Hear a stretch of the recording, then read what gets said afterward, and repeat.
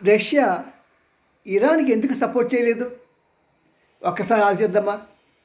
ఎందుకంటే ప్రపంచం మొత్తం కూడా ఒకటే మాట అనుకున్నారు.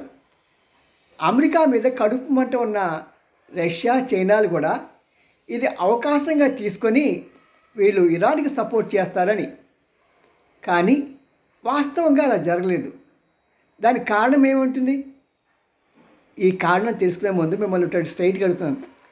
చాలామంది చూస్తున్నా కానీ సబ్స్క్రైబ్ చేయట్లా. సబ్స్క్రైబ్ చేయండి మాస్టరు. సబ్స్క్రైబ్ చేస్తే లాభం ఏంటంటే మేము రిలీజ్ చేసిన ప్రతి వీడియో కూడా మీ దగ్గర చేరుతుంది. అంతేకాదు పక్కన బెల్ ఐకాన్ ఉంది చూసారా, అది మీరు లోడ్ చేసిన వెంటనే మీకు ఇంటిమేషన్ ఇస్తుంది వచ్చింది కొత్త టాపిక్ అని. మరి బాగుంటే మాత్రం తప్పకుండా లైక్ చేయండి.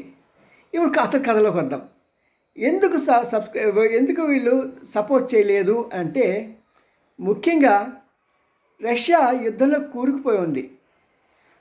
ఈరోజు కనుక ఇక్కడ వీళ్ళు ఇరాన్ని సపోర్ట్ చేస్తే రేపొద్దున ఉక్రెయిన్లో అమెరికా వాళ్ళు రష్యాకి వ్యతిరేకంగా పనిచేస్తారు. ఇప్పటికే లోపాయికారిగా పాపం రష్యాకి ట్రంప్ ఎంతో కొంత సహాయం చేస్తున్నాడు. ఆ మూర్ఖుడితో లేదు నువ్వు అతనికి ఇచ్చేయాల్సిందే, నువ్వు బయటకు వచ్చేయాలని పాపం చెప్తూనే ఉన్నాడు. అలా కాకుండా ఇప్పుడు ఆయుధాలు కానీ ఇంకేమైనా ఇచ్చామనుకోండి, ఇస్తే అక్కడ ఉన్నటువంటి అత్యాధునిక ఆయుధాలు కూడా ఉక్రెయిన్కి ఇవ్వడానికి అవకాశం ఉంటుంది.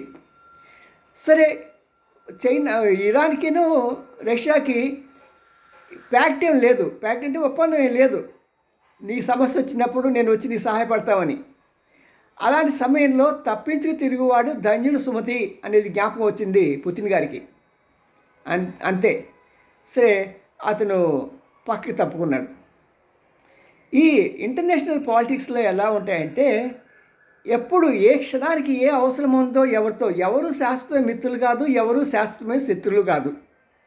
అలాగా ఇప్పుడు ఈ అవసరం వీళ్ళతో ఉంది కాబట్టి అమెరికాతో నేను దీంట్లో కొద్ది గెలవాలి అనుకుంటే, నా దేశం పరువు, నా దేశం కోసం కొంత చేయగలగాలి అంటే నాకు అమెరికా సహాయం కావాలి అని పుతిన్ భావించాడు. కాబట్టి ఇరాన్కి ముందుగా సహాయం చేయడానికి ఇష్టపడలేదు.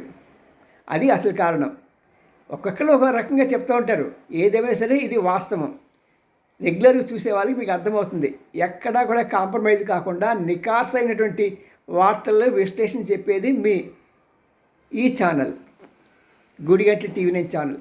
లైక్ చేయండి, షేర్ చేయండి, సబ్స్క్రైబ్ చేయడం మాత్రం మానకండి. Bye, see you.